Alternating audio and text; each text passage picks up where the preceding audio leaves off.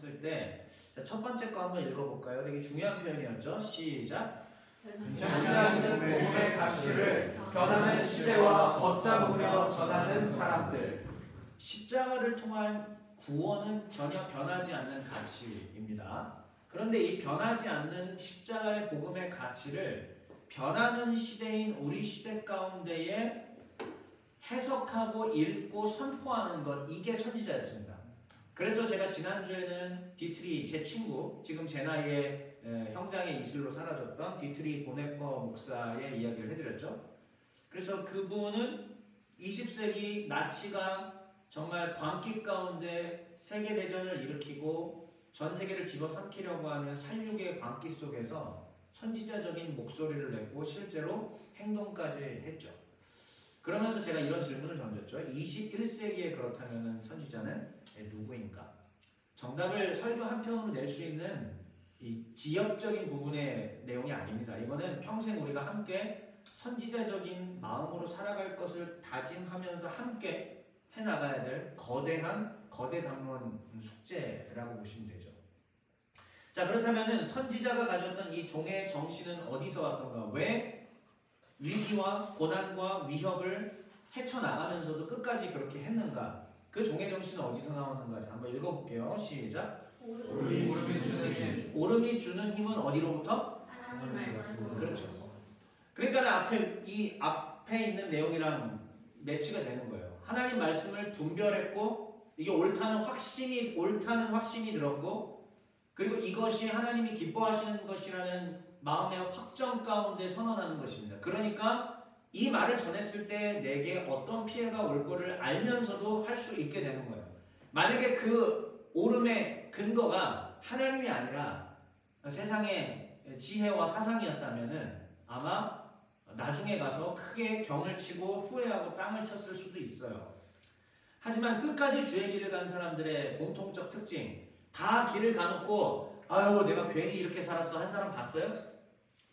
정말 주님 앞에 사로잡혀서 주의 말씀을 듣고 끝까지 걸어갔는데 그 결과가 고난의 길이었고 힘든 길이었고 난 어느덧 병이 들었고 노인이 되었고 이제 운명하기에 앞서 있는 상황이라고 하는데, 정말 하나님 그렇게 섬겼을 때 나중에 에이 젠장 내가 왜 이렇게 살았지? 하는 사람 본 적 있어요? 없어요. 주님을 진짜 따라간 사람들은 절대 그 말을 하지 않습니다. 내 결과는 이거밖에 안 된다 할지라도 감사합니다 하나님, 할렐루야 나를 불러주신 하나님 감사합니다, 이 말이 무조건 나오게 되어 있습니다. 다뤄옵기는 이제 저와 함께 신앙생활을 하는 여러분들이 함께 이 배를 타고 이 고백을 향하여 달려가길 원합니다. 네. 자, 그래서 오름이 주는 힘은 하나님의 말씀으로부터였다라는 것까지 지난 시간에 이제 선지자하고, 오늘은 이제 여호와의 종, 선지자들은 이제 복수 그룹이 됐잖아요. 이제 이거보다 더 커집니다. 나라 전체, 곧 이스라엘이 됩니다. 그래서 10번째 여호와의 종 이스라엘이 돼요.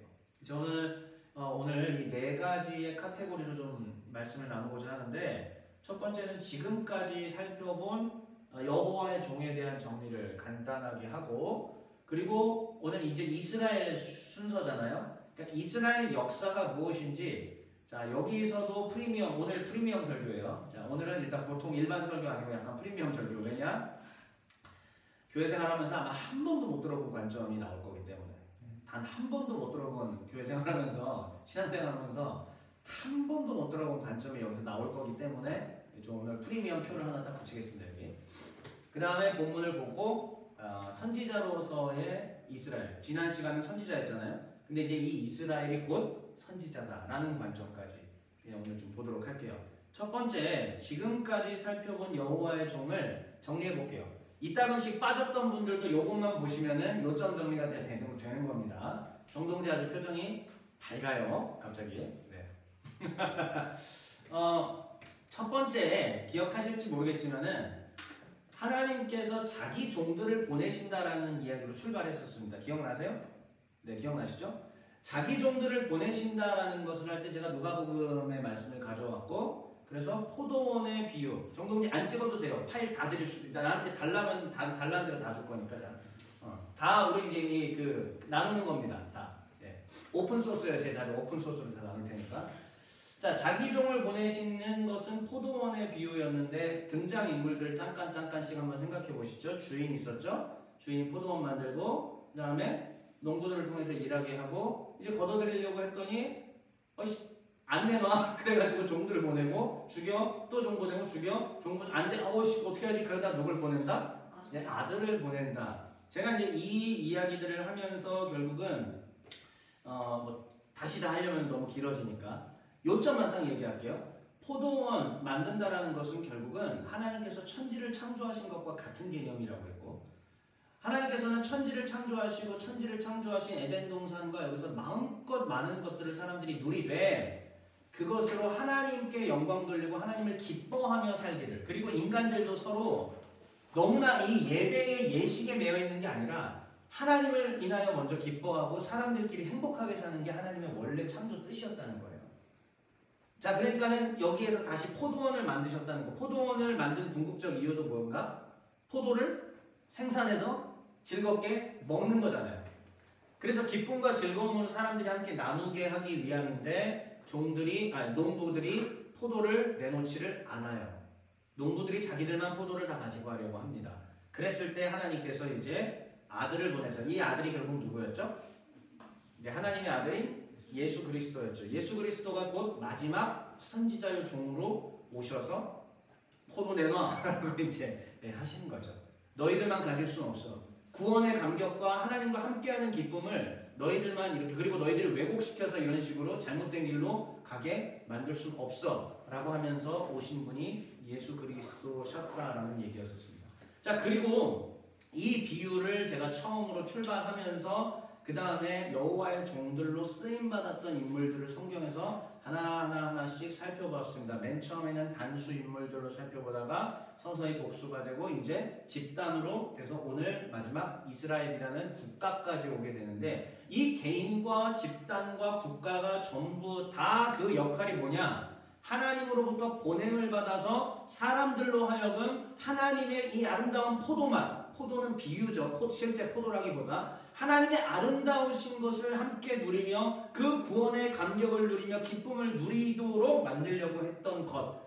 그것을 위해서 정신 차려라, 정신 차려라, 정신 차려라 라면서 알려주고 길을 인도해주고 했던 역할을 한 게 바로 지금 표에 보시는 인물들입니다. 그래서 모세가 깨달았던 하나님은 어떤 분이신가? 설계자이신 하나님이시구나. 내 인생은 내 멋대로 되는 게 아니요. 내 인생의 꼬임과 내 인생의 무너짐과 내 인생의 아팠던 까닭도 다 하나님의 설계 때문에 이렇게 된 것이었구나. 왜? 나를 통하여서 많은 백성들을 구원의 길로 인도해야 하기 때문이었죠. 모세의 뒤를 이어받았던 지도자였던 여호수아의 핵심은 뭐였습니까? 그 키워드만 한번 읽어볼까요? 시작. 율법. 네. 여호수아가 해야 했던 가장 중대한 것은 율법책을 낭독해서 백성들로 하여금 어떻게 하는가? 하나님의 뜻에 순종하게 만드는 것이 여호수아가 해야 했던 중대한 일이었죠. 맞아요. 종의 역할 정확합니다. 자, 세 번째 다윗이었습니다. 다윗이 자신의 일생을 통해서 배운 하나님은 어떠한 하나님이셨는가? 목자의 하나님이셨습니다. 그래서 자기 자신도 이스라엘의 뭐가 되었다? 목자가 되었다. 이거 누가 디자인하신 거예요? 하나님 디자인하셨습니다. 성경은 우리에게 이걸 가르쳐주고 있습니다. 다니엘과 세 친구의 키워드 한번 읽어볼까요? 시작.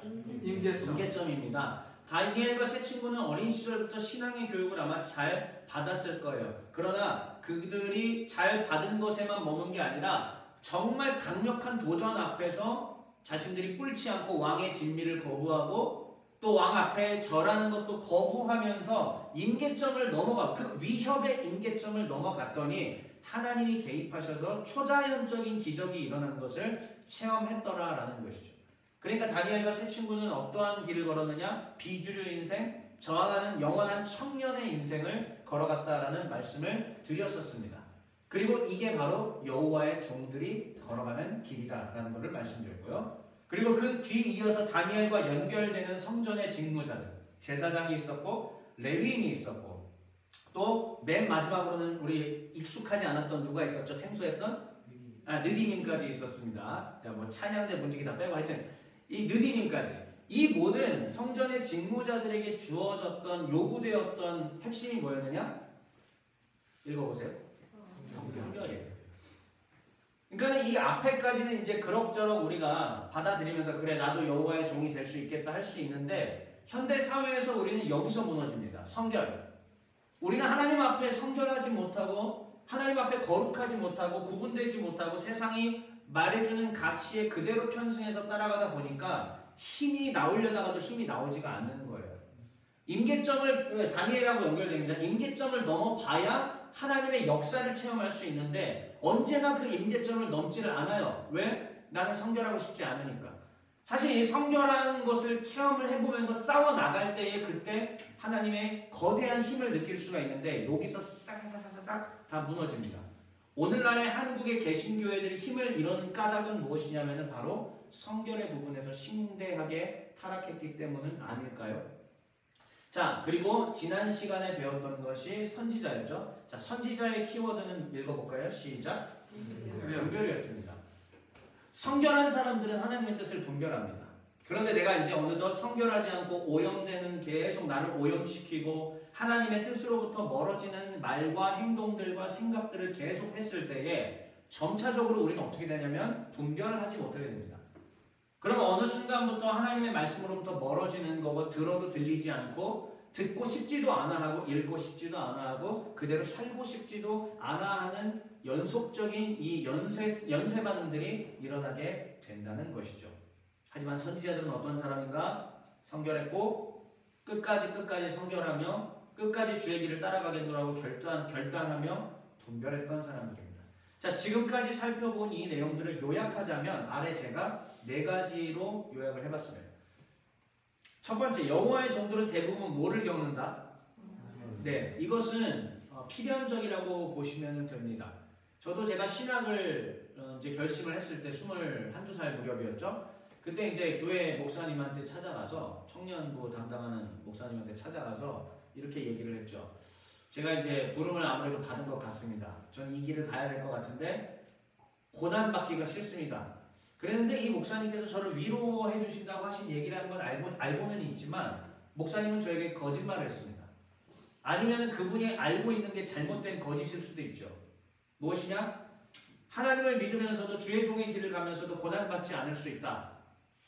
오히려 부자가 되고 잘 되는 것이 축복이다. 왜요? 제가 어느 교단 나왔는지 아시겠죠? 그 교단에서는 그게 축복이거든요.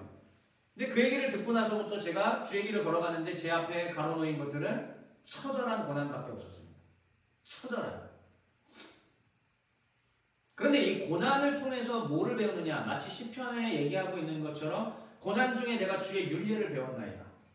고난이 내게 유익이다. 고난을 당하면서야 비로소 하나님의 뜻이 무엇인지 내가 배웠나이다. 라고 이야기하는 것입니다.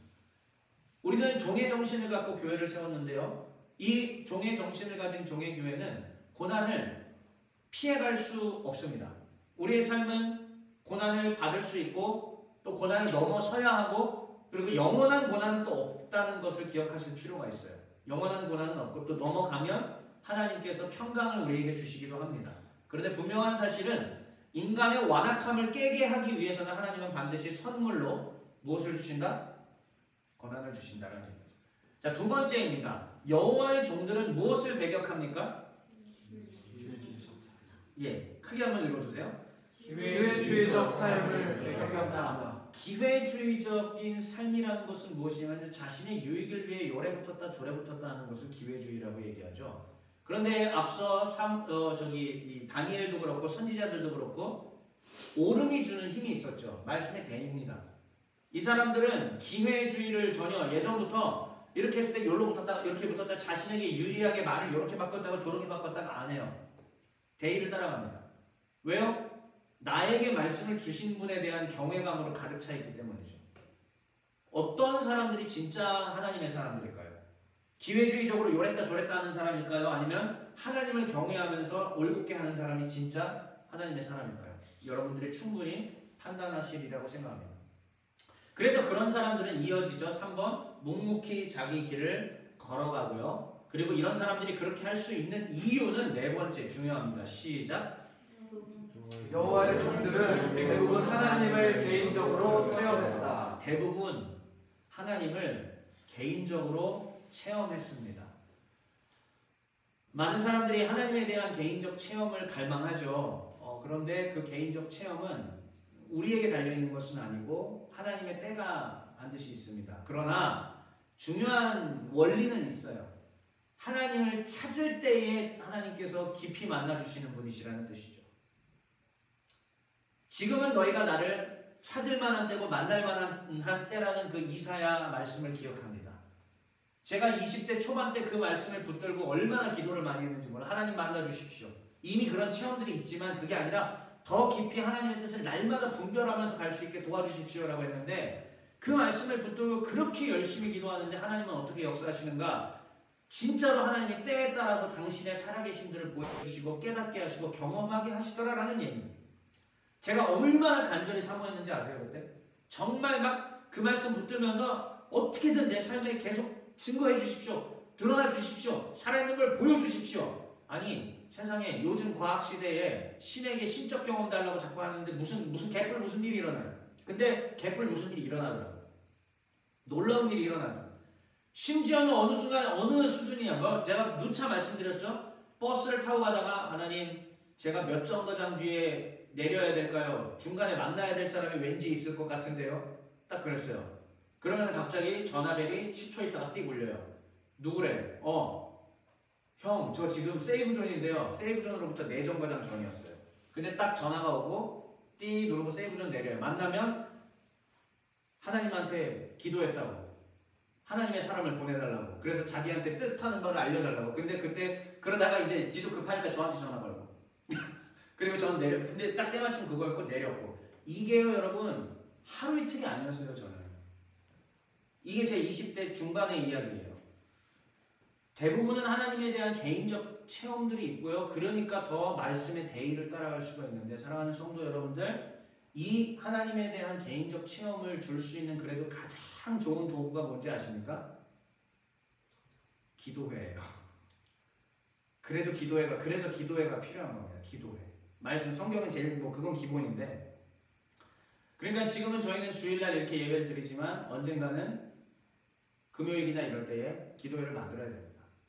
그리고 결국 그 기도회를 통해서 일주일에서 주일 예배를 전에 또 이렇게 모여서 보통 금요일이죠. 우리 한국에서는 모여서 기도하면서 하나님을 찾는 그런 것들을 하고 할 때 그럴 때에 하나님께서 역사해 주시는 것들을 경험할 수 있습니다.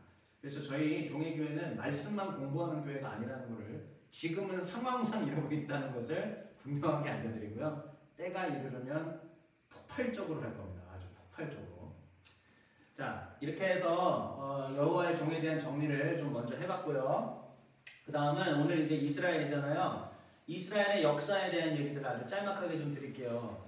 이스라엘 역사, 성경은 다 이스라엘인 것 같지만 사실 이스라엘의 형성되는 과정들까지 담겨있는 굉장히 좀 생각할 것들이 많은 것이 우리 성경책입니다. 맨 처음에 이스라엘이라는 건 뭐냐, 여러분들 국가 하나를 생각하겠지만은 국가 이전 단계가 있고 그 다음에 통일왕국 단계, 분열왕국 단계, 그 다음에 유다왕국 단계, 그리고 포로 귀환 이후의 단계들이 있다는 것을 말씀을 먼저 드리고 이제 하나하나 좀 설명을 해보죠. 최초의 이스라엘이라고 하는 칭호는 누구에게 주어졌을까요? 예, 야곱. 언제죠?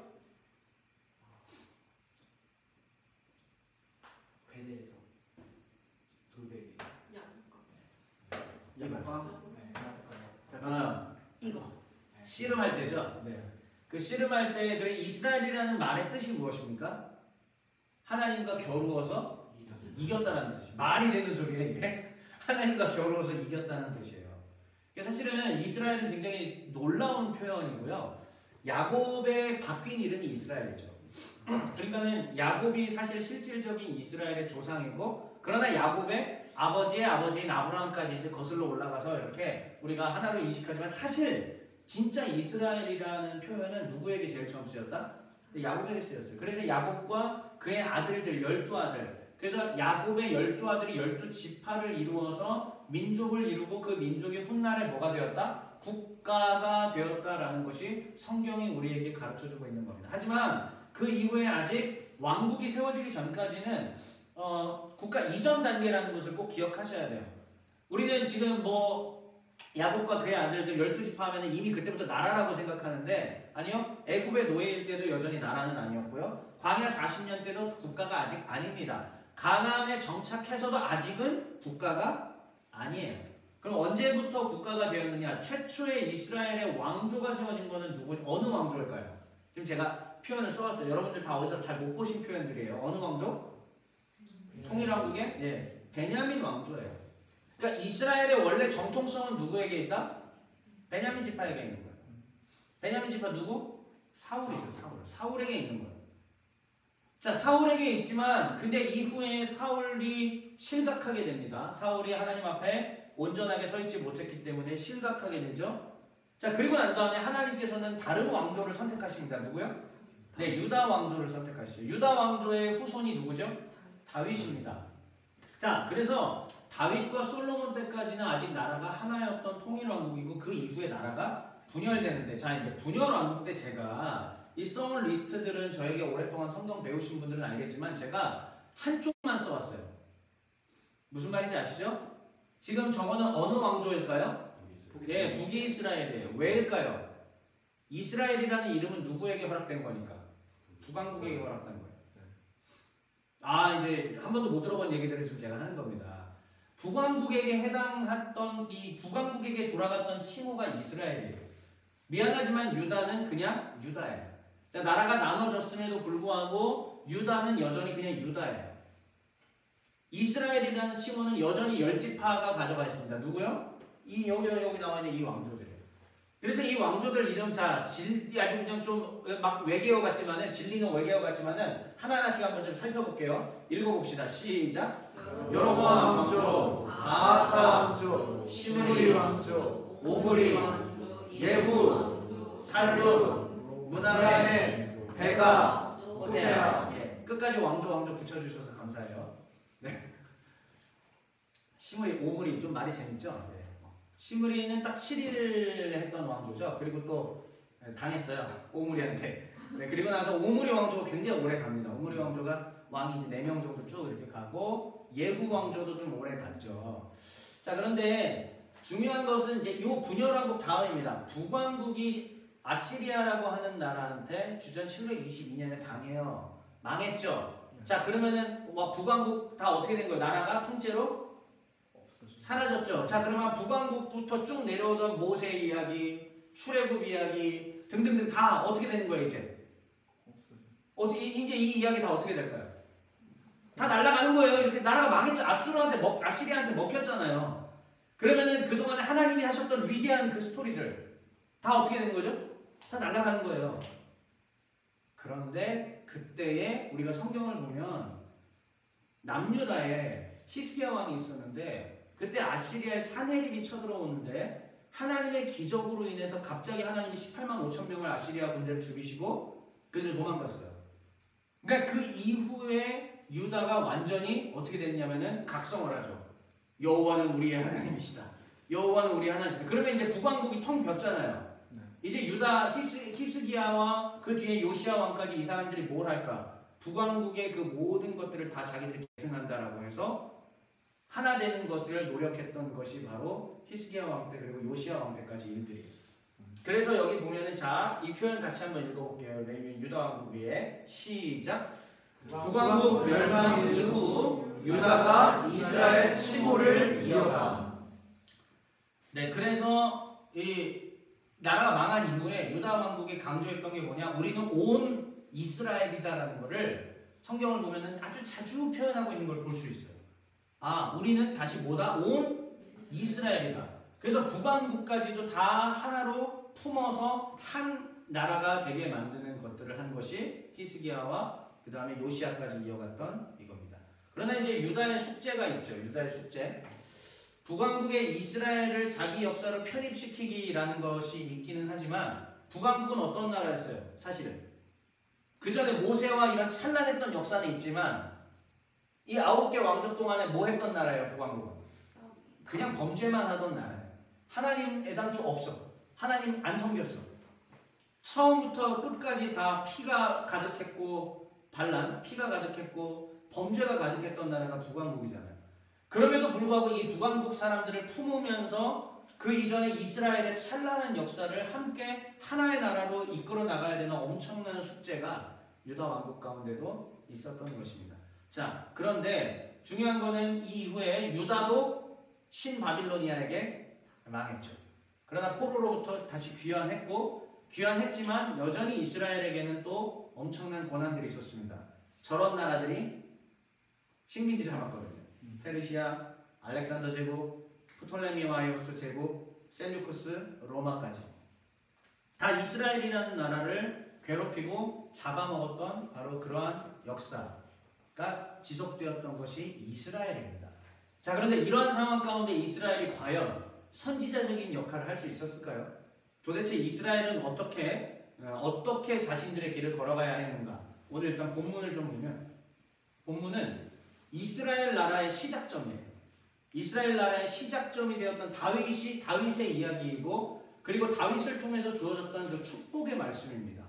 그런데 이게 어떻게 역사 가운데 이어졌는가 우리는 좀 볼 필요가 있습니다. 자, 첫 번째는 이스라엘 나라의 시작, 그 다음 이스라엘을 선택하신 여호와 하나님, 그리고 이스라엘을 통해 자신을 드러내시는 여호와 하나님입니다. 무슨 말인지 어렵죠? 일단 볼게요. 오늘의 본문이었습니다. 자, 첫 번째, 다윗 왕이 여호와 앞에 들어가 앉아 이르되 주 여호와여, 나는 누구이오며 내 집은 무엇이기에 나를 여기까지 이르게 하셨나이까? 이 말은요, 사실은 감격에 차서 하나님 앞에 내가 뭔데 이렇게까지 복 주시는 건데요? 이런 말이에요.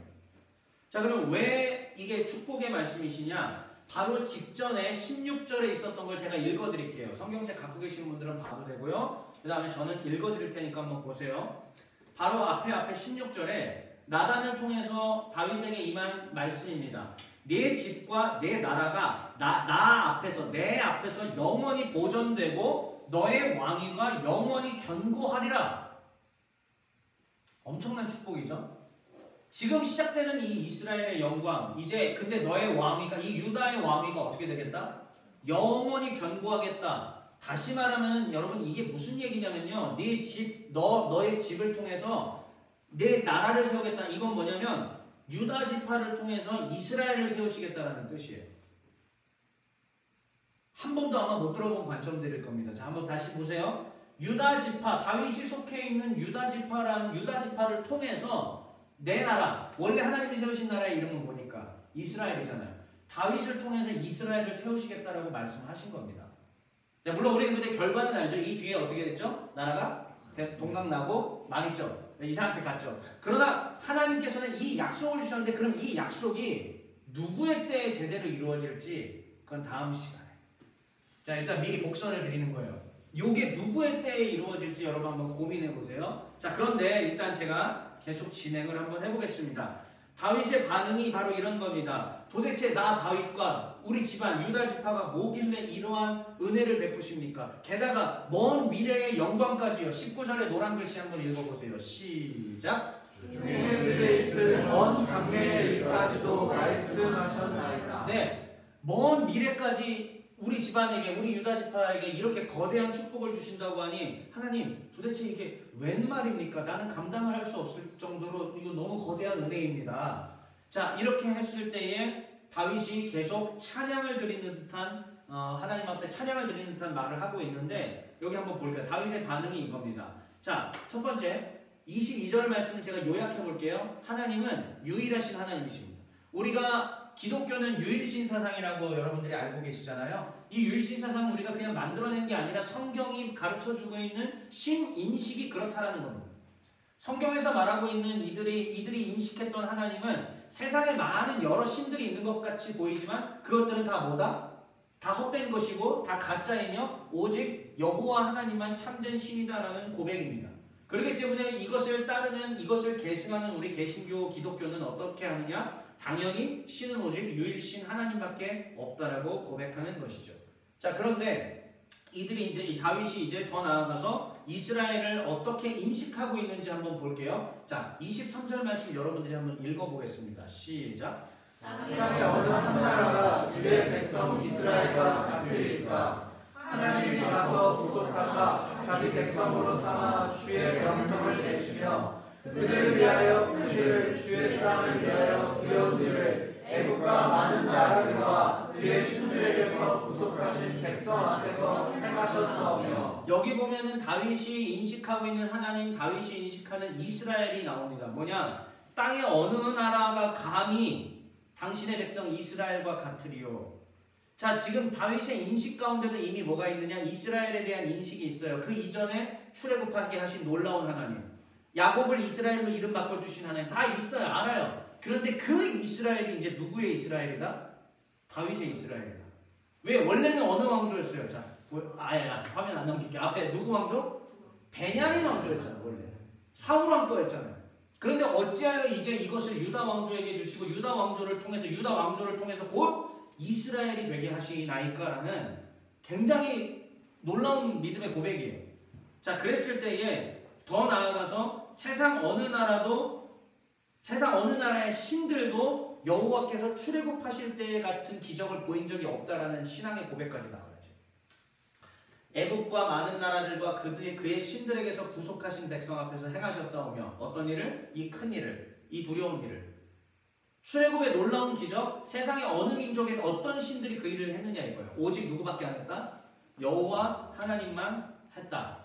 그런데 여기에 이 말씀 구절에 더 놀라운 것은 무엇이냐면은 24절에 노란 글씨 읽어보세요. 시작. 여호와 주께서 그들의 하나님이 되셨나이다. 그들은 한 게 없어요. 가만히 있었습니다. 그런데 갑자기 오셔서 이스라엘을 세우시고 이스라엘의 하나님이 되셨다는 뜻이에요.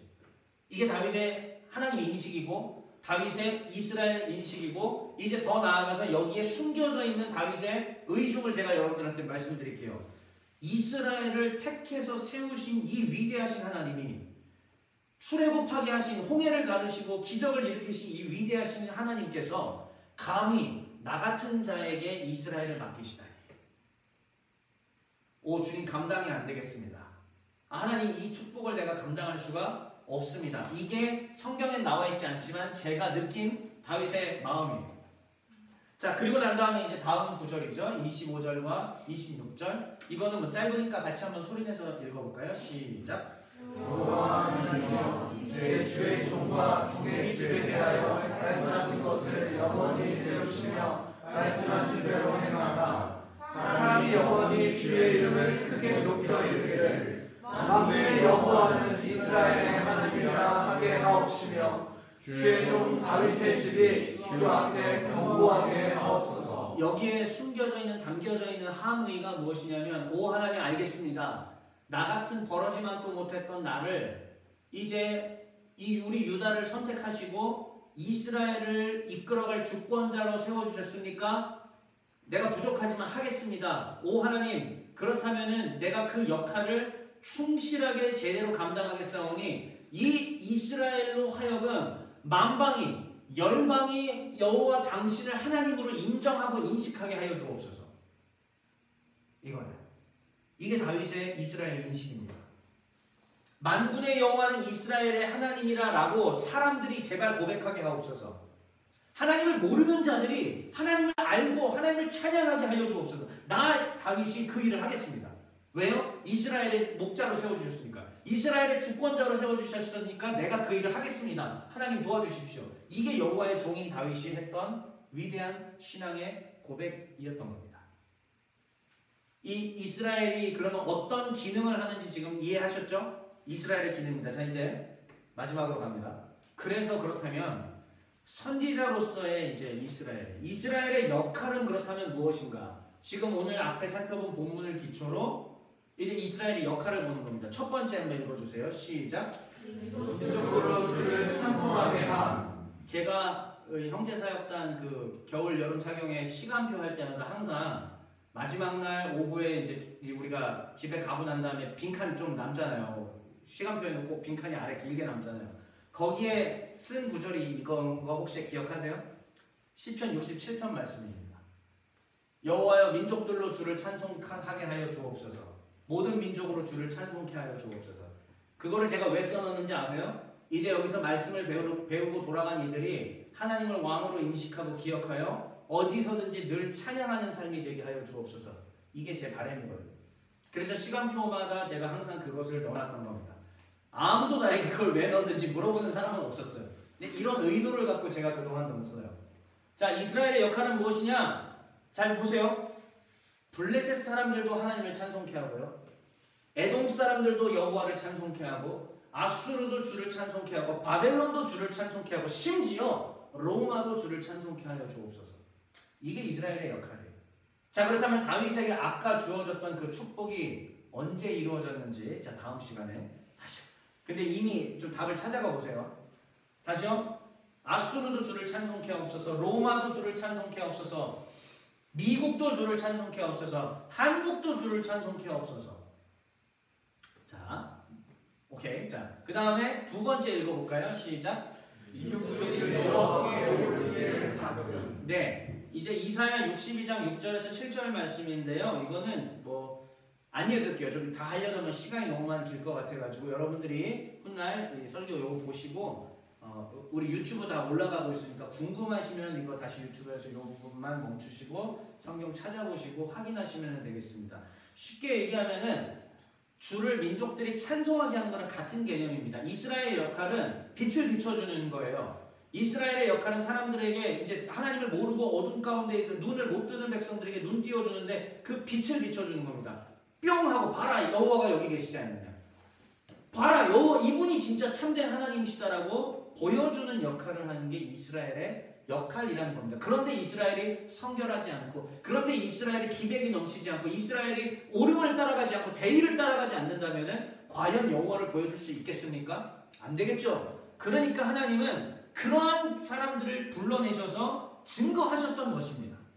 그 사람들은 그 고난길을 그 사람들로 하여금 고난길을 가게 하신 것이고, 괴롭게 하시면서도 그런데도 불구하고 성결하게 하시고 옳은 게 무엇인지 보여주셨던 것이죠. 그리고 그게 가장 거대한 집단으로 드러난 게 이스라엘이라는 국가 전체였습니다. 이 국가 전체가 하나님 앞에 순종하며 나아갈 때에 어떻게 되느냐? 열방이 하나님 앞에 돌아오게 된다라는 것이죠. 자, 마지막 두 번째입니다. 이스라엘의 조건이에요. 이스라엘의 조건. 자, 열왕기하 17장 34절 말씀 한번 읽어볼게요. 시작.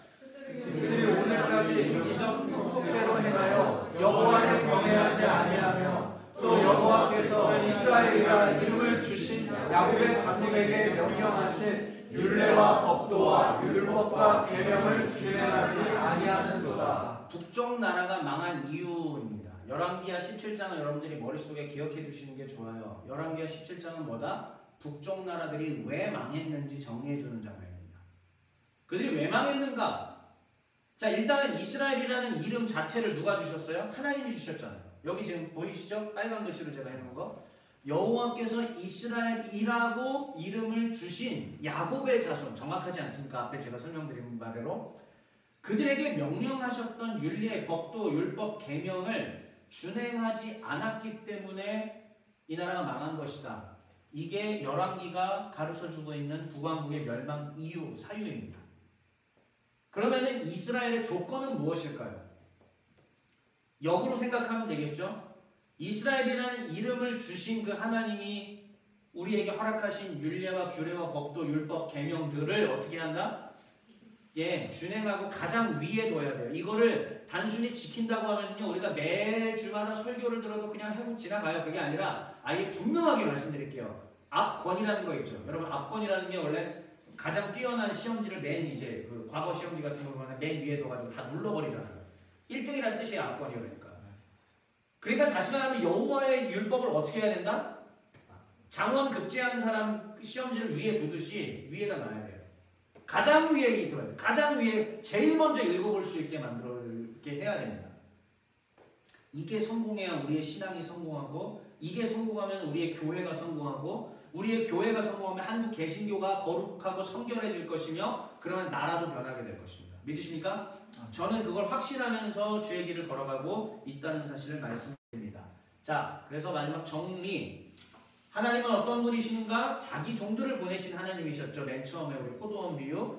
그 이유는 무엇인가? 하나님께로 인도하여 복을 누리게 하기 위함입니다. 그러면 하나님이 보내셨던 종들 중에서 가장 큰 종은 누구인가? 이스라엘 국가입니다. 국가, 나라. 이스라엘이라는 나라 자체가 곧 여호와의 종인 것이죠. 자, 그렇다면 이스라엘의 행적은 무엇이었는가? 첫 번째, 이스라엘 국가 이전 단계에서의 이것이 있고 국가 이후 단계가 있는데요. 국가 이전 단계 때는 하나님의 초자연적 기적을 체험합니다. 출애굽도 체험하고 하늘의 만나, 메추라기, 그 다음에 주님께서 여리고성 이기게 하시는 정말 동화 같은 그 스토리들의 초자연적 기적들을 체험하는 때가 바로 국가 이전 단계입니다. 그리고 그때에 국가 이전 단계 때 뭐를 기초를 다지냐? 율법의 기초를 다져서 나라가 되게끔 만들어요. 그렇게 해서 기껏 나라를 만들었는데 문제는 국가 이후였죠. 사실상 하나님이 세우신 목적대로 기능을 다하지 못했습니다. 여호와의 종으로서의 기능을 상실했습니다. 그래서 그 결과가 북왕국도 남왕국도 다 뭐다? 망합니다. 패망이었던 것이죠. 자, 그렇다면 이제 마지막으로 이스라엘의 회복이 의미하는 바, 그러나 망했던 이 나라들이 다시 회복이 됐습니다. 유다가 포로 귀환으로 다시 돌아왔죠. 그것은 무엇이냐? 직접 소리내서 읽어볼까요? 첫 번째, 시작.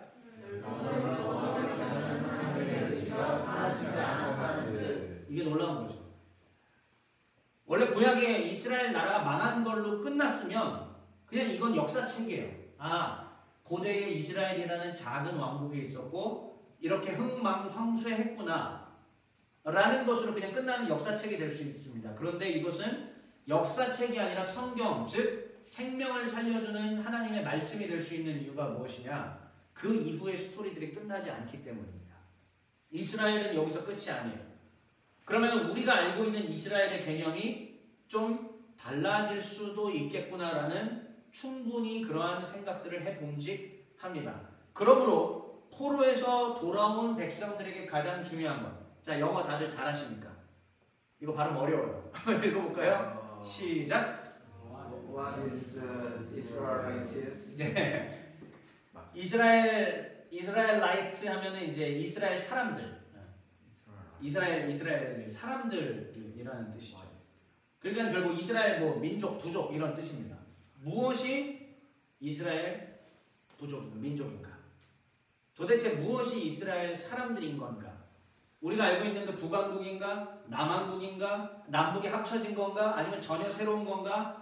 자, 포로 이후의 백성들에게 가장 중요한 것이 바로 이스라엘이 무엇인가라는 개념이고, 이제 다음 주에 여기에 대한 답이 풀립니다. 아, 재밌겠죠? 네. 자, 사랑하는 성도 여러분, 이제 말씀을 다 마쳤고요. 구약에 봤던 지금 종들의 스토리들이에요. 자기 종을 보내신 하나님께서 모세부터 시작해서 이스라엘이라는 나라까지 우리가 쭉 살펴봤는데, 이것을 통해서 여러분들은 무엇을 배우셨고 무엇을 생각하시나요? 그룹 나눔 때 아마 하시게 될 겁니다. 그룹 토의들을 통해서 신나게 한번 얘기해 보시고 고민해 보시고 그렇게 하시면 참 좋겠습니다. 자, 잠시 같이 짧게 기도하겠습니다.